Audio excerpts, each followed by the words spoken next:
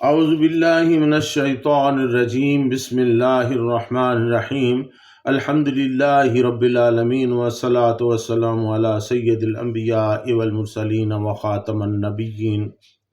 اللہم صلی علی سیدنا محمد خاتم الانبیاء ومعدن الاسرار ومنبع الانوار وجمال الکونین وشرف الدارین وسید الثقلین المخصوص بقاب قوسین وسلم وسلم علی آلہ واصحابہ اجمعین برحمتک یا ارحم الراحمین۔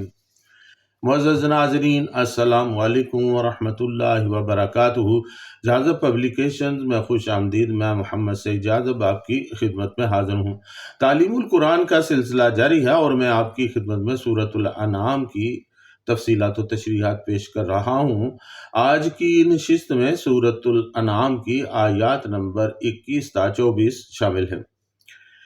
ارشاد باری تعالیٰ ہے، وَمَنْ أَظْلَمُ مِمَّنِ افْتَرَىٰ عَلَى اللَّهِ كَذِبًا أَوْ كَذَّبَ بِآيَاتِهِ إِنَّهُ لَا يُفْلِحُ الظَّالِمُونَ وَيَوْمَ نَحْشُرُهُمْ جَمِيعًا ثُمَّ نَقُولُ لِلَّذِينَ أَشْرَكُوا أَيْنَ شُرَكَاؤُكُمُ الَّذِينَ كُنتُمْ تَزْعُمُونَ ثُمَّ لَمْ تَكُنْ فِتْنَتُهُمْ إِلَّا أَنْ قَالُوا وَاللَّهِ رَبِّنَا مَا كُنَّا مُشْرِكِينَ انظُرْ كَيْفَ كَذَبُوا عَلَىٰ أَنفُسِهِمْ وَضَلَّ عَنْهُمْ مَا كَانُوا يَفْتَرُونَ۔ اور جس نے اللہ تعالیٰ پر بہتان لگایا یا اس کی آیات کو جھٹلایا، اس سے بڑھ کر کون ظالم ہو سکتا ہے؟ بے شک ایسے ظالم فلاح نہیں پا سکتے۔ اور جس دن ہم ان سب کو جمع کریں گے، پھر ہم شرک کرنے والوں سے پوچھیں گے کہ تمہارے وہ شریک کہاں ہیں جن کے خدا ہونے کا تم دعویٰ کیا کرتے تھے؟ پھر ان کے پاس کوئی عذر نہیں ہوگا سوائے یہ کہنے کے کہ اللہ تعالیٰ کی قسم، ہم تو شرک کرنے والے نہ تھے۔ دیکھو انہوں نے اپنے آپ کے ساتھ کیسا جھوٹ باندھا اور ان افترا بازیوں کو گم کر بیٹھیں گے۔ وَمَنْ أَظْلَمُ مِمَّنِ افْتَرَىٰ عَلَى اللَّهِ كَذِبًا أَوْ كَذَّبَ بِآيَاتِهِ، اور جس نے اللہ تعالیٰ پر بہتان لگایا یا ان کی آیات کو جھٹلایا، ان سے بڑھ کر کون ظالم ہو سکتا ہے؟ ناظرین، یہاں کفار کی دوہری غلطی کا اظہار کیا گیا ہے۔ ایک تو یہ ہے کہ وہ بے سر و پا باتیں جن کے متعلق ان کے پاس کوئی دلیل نہیں، ان پر تو انہیں محکم یقین ہے۔ مثلا اپنے بتوں اور معبودوں کو اللہ تعالیٰ کا شریک ماننا، فرشتوں کو اللہ تعالیٰ کی بیٹیاں تسلیم کرنا، مادہ روح کو قدیم یقین کرنا، زندگی کے مختلف کاموں کے لیے الگ الگ دیوی دیوتا تصور کرنا، اور جن چیزوں کے متعلق قطعی اور یقینی روشن دلائل موجود ہیں ان کا انکار کرنا، اور اس انکار پر پھر اصرار کرنا، مثلا توحید، قرآن مجید، رحمت عالم، قیامت وغیرہ۔ ناظرین، علامہ قاضی ثناء اللہ پانی پتی رحمۃ اللہ علیہ یہاں پر لکھتے ہیں کہ جس نے اللہ تعالیٰ پر دروغ گوئی کی، اس سے زیادہ بے انصاف کون ہو سکتا ہے؟ یعنی نبوت کا جھوٹا دعویٰ کیا اور باوجود کہ اس کے پاس اللہ تعالیٰ نے وحی نہیں بھیجی، مگر وہ وحی کا مدعی بن بیٹھا۔ اس سے مراد نبوت کے وہ جھوٹے دعوے دار ہیں جنہوں نے عقائد عالم صلی اللہ تعالیٰ علیہ وآلہ وسلم اور ان کے بعد صحابہ اکرام کے دور میں سر ابھارا، اور موجودہ دور میں بھی ایسے ہی کئی کذابوں نے نبی ہونے کا دعویٰ کیا، یا پھر اللہ تعالیٰ کی آیات کی تکذیب کی۔ یعنی قرآن مجید میں اللہ تعالیٰ نے جو آیات نازل فرمائی ہیں اور معجزات جو توحید پر دلالت کرتے ہیں، اور رسول صلی اللہ تعالیٰ علیہ وآلہ وسلم کی صداقت جن آیات سے ثابت ہوتی ہے، ان کو نہیں مانا۔ لیکن آیت کا دوسرا مطلب یہ بھی ہو سکتا ہے کہ ان کافروں سے بڑھ کر کون بے انصاف ہوگا جو اللہ تعالیٰ پر دروغ گوئی کرتے ہیں اور اللہ تعالیٰ کی شان میں ایسی باتیں کہتے ہیں جو اس کے لیے نازیبہ ہیں۔ کوئی اس کا ساجی قرار دیتا ہے تو کوئی اس کو باپ کہتا ہے، اور کوئی پتھروں کو بارگاہ خداوندی میں اپنا سفارشی قرار دیتا ہے، یا پھر اللہ تعالیٰ کی آیات کو جھوٹا کہتا ہے۔ چنانچہ دونوں چیزیں جن کا ذکر آیت مبارکہ میں کیا گیا ہے اپنی اپنی جگہ پر بہت بڑے ظالم ہیں، لیکن ان کافروں میں تو یہ دونوں باتیں موجود تھیں، اس لیے یہ تو بدرجہ اولا ظلم ہے۔ ناظرین، مفتی ابو صالح محمد قادری عطاری رحمۃ اللہ علیہ اپنی تفسیر صراط الجنان میں لکھتے ہیں کہ اس وعید میں مشرک بھی داخل ہیں کہ وہ توحید کو اس کی جگہ سے ہٹاتے ہیں، اور دیگر کفار بھی داخل ہیں اسی میں۔ اسی طرح اس میں فلموں، ڈراموں یا کسی بھی ذریعے سے کفریات سیکھ کر بولنے یا خوشی سے سننے والے بھی داخل ہیں کہ وہ بھی اللہ تعالیٰ کی طرف وہ چیزیں منسوب کرتے ہیں جو اس کے شایان شان نہیں، اور اس میں زمانہ ماضی اور خصوصاً زمانہ حال کے وہ سکالرز، دانشور اور مفکر بھی شامل ہیں جو دیدہ دانستہ قرآن کی غلط تفسیریں کرتے ہیں یا نااہل ہوتے ہوئے قرآن کی تفسیر کرتے ہیں، کیونکہ یہ بھی اللہ تعالیٰ پر جھوٹ باندھتے ہیں۔ اِنَّهُ لَا يُفْلِحُ الظَّالِمُونَ، بے شک ایسے ظالم فلاح نہیں پا سکتے۔ ناظرین، ظلم کا انجام بہت برا ہوتا ہے۔ اس چند روزہ زندگی میں تو وہ بچ جائیں گے، مگر آخرت کی کامیابی کے دروازے ان کے لیے بند ہو جائیں گے۔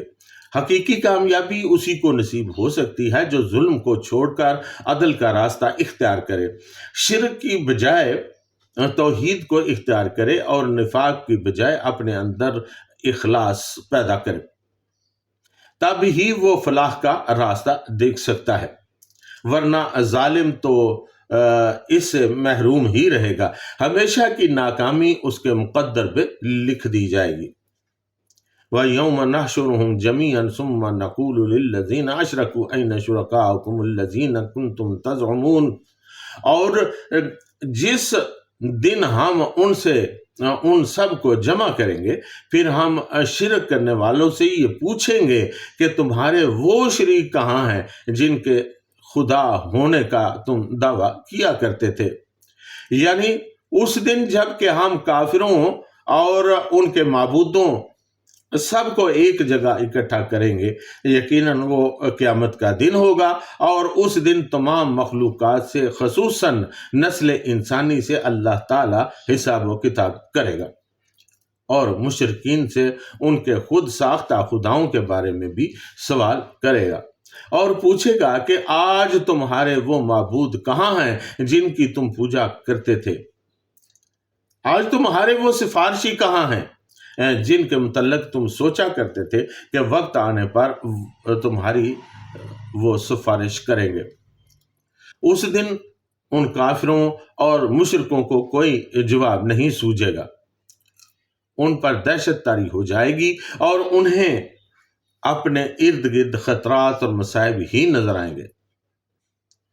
سورج ان کے سروں پر آ جائے گا، اور گرمی کے باعث پسینے سے شرابور ہو رہے ہوں گے۔ ایسی دہشت زدہ کیفیت میں وہ اپنا آپ ہی بھول جائیں گے، وہ کوئی جواب نہیں دے پائیں گے۔ ثم لم تکن فتنتهم الا ان قالوا واللہ ربنا وما كنا مشرکین، پھر ان کے پاس کوئی عذر نہیں ہوگا سوائے یہ کہنے کے کہ اللہ تعالیٰ کی قسم ہم تو شرک کرنے والے نہ تھے۔ یہاں لفظ ثم بتا رہا ہے کہ مدت تک تأمل کرنے کے بعد وہ جواب دیں گے۔ فتنہ سے مراد کفر ہے، یعنی انجام کفر یہ ہوگا کہ طویل تأمل و ندامت کے بعد وہ بولنے کے قابل ہوں گے۔ حضرت عبداللہ بن عباس رضی اللہ تعالیٰ عنہ اور حضرت قتادہ رضی اللہ تعالیٰ عنہ فتنہ کا ترجمہ عذر کرتے ہیں، اور ان کا عذر ان کے لیے فتنہ ہوگا، کیونکہ وہ معذرت کو رہائی اور بچاؤ کا ذریعہ سمجھ رہے ہوں گے، حالانکہ اس جواب سے ان کی رہائی ممکن نہ ہو سکے گی۔ چنانچہ انتہائی گھبراہٹ کے عالم میں وہ صرف یہی الفاظ کہہ پائیں گے، الا ان قالوا واللہ ربنا ما كنا مشرکین، سوائے یہ کہنے کے کہ اللہ تعالیٰ کی قسم ہم تو شرک کرنے والے ہی نہیں تھے۔ یعنی وہ اسی میں عافیت سمجھیں گے کہ سیدھے سیدھے فرد جرم سے ہی انکار کر دیں۔ چنانچہ وہ کہیں گے کہ اللہ تعالیٰ کی قسم ہم نے تو کبھی شرک کیا ہی نہیں تھا۔ انظر کیف کذبوا علی انفسہم وضل عنہم ما کانوا یفترون، دیکھو انہوں نے اپنے آپ کے ساتھ کیسا جھوٹ باندھا اور وہ ان افطرا پردازیوں کو گم کر بیٹھیں گے۔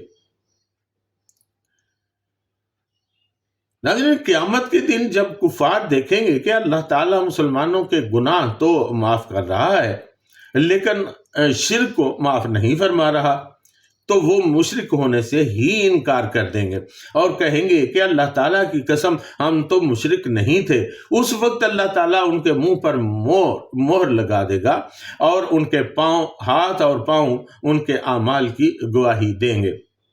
ایسی حالت میں ان کو تمنا ہوگی کہ کاش ہم زمین میں پیوست ہو جاتے یا پھر خاک ہی بن جاتے، تب وہ اللہ تعالیٰ سے کوئی بات نہیں چھپا سکیں گے۔